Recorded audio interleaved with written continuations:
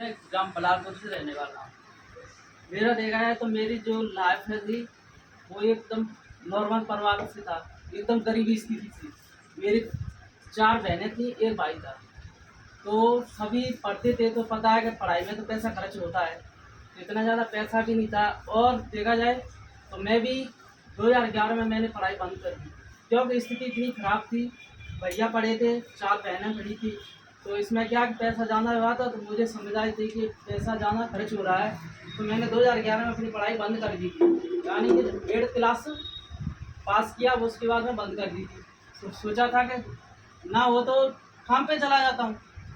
जैसे तैसे मैंने देखा कि काम पे जाना है तो ज़रूरी है, क्योंकि पैसा इतना खर्च हो रहा है। दीदियों की शादी भी करनी है, भैया भी थे तो वे भी पढ़ाई करते थे।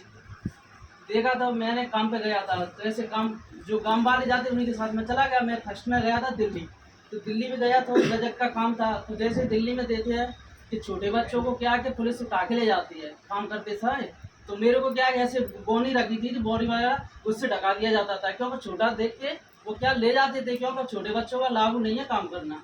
ठीक है ना। तो ऐसे ऐसे चलता रहा, तो मैंने ऐसे 5-6 साल निकाल दी थी अपनी।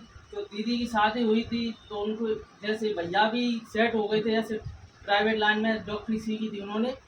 तो उन्होंने कहा तो नहीं होता ऐसा कर, तो 10th क्लास तो कर ले आराम से, अब तो ठीक है अपना स्थिति। तो मैंने सोचा कि अब नहीं हो पाएगा, क्योंकि 6 साल के बाद कोई पढ़ेगा तो उसका मन नहीं लगता।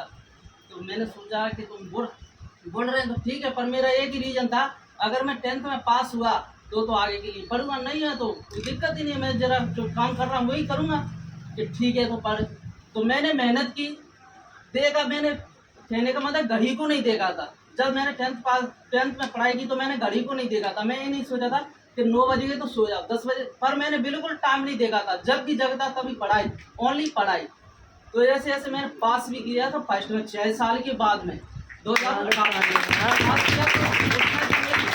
54% बनी थी। तो सभी को गर्व हुआ कि आप तू तो निकल गया, क्योंकि उस स्कूल में पढ़ा था उसमें से अपन 5-6 बच्चे थे, उनमें से मैं फर्स्ट पे आया था। तो मुझे भी एहसास हुआ कि आप है तो कुछ मुझ में अंदर, मेरे में अंदर है काबिलियत, क्यों ना मैं आगे के लिए और भी पढ़ूँ।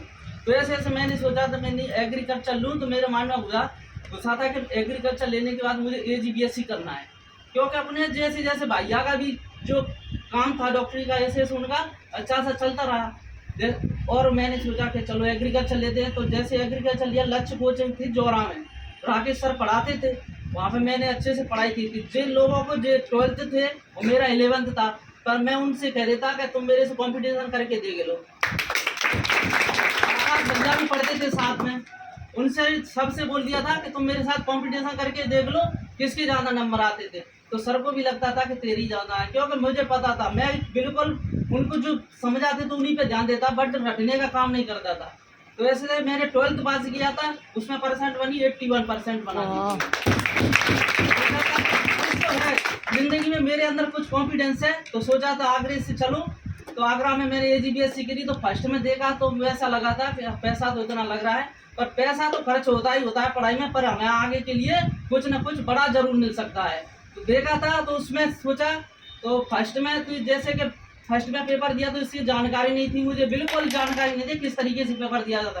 मैंने पेपर दिया था 10th के हिसाब से दिया था, मुझसे नॉर्मल लिख दिया था उसमें। तो देखा तो उसमें मेरी 4 बैक आई थी, 12 पेपर लगते थे उसमें से 4 बैक आई। तो मैंने सोचा था यार बैक तो आ गई, अब 4 उसमें भी पैसा लगा था। तो जैसे दूसरे सेमेस्टर में गया तो वो बैक क्लियर, और दूसरा भी सेमेस्टर क्लियर। आज भी देखा जाए तो सबसे टॉप में है मेरा। जैसे मैंने देखा था कि पढ़ाई का एक महत्व है, तो आज मैं हमारे सबके साथ पढ़ रहा हूँ। आज अगर नहीं पढ़ता तो कहीं तसला डालता या गोली उठाता था।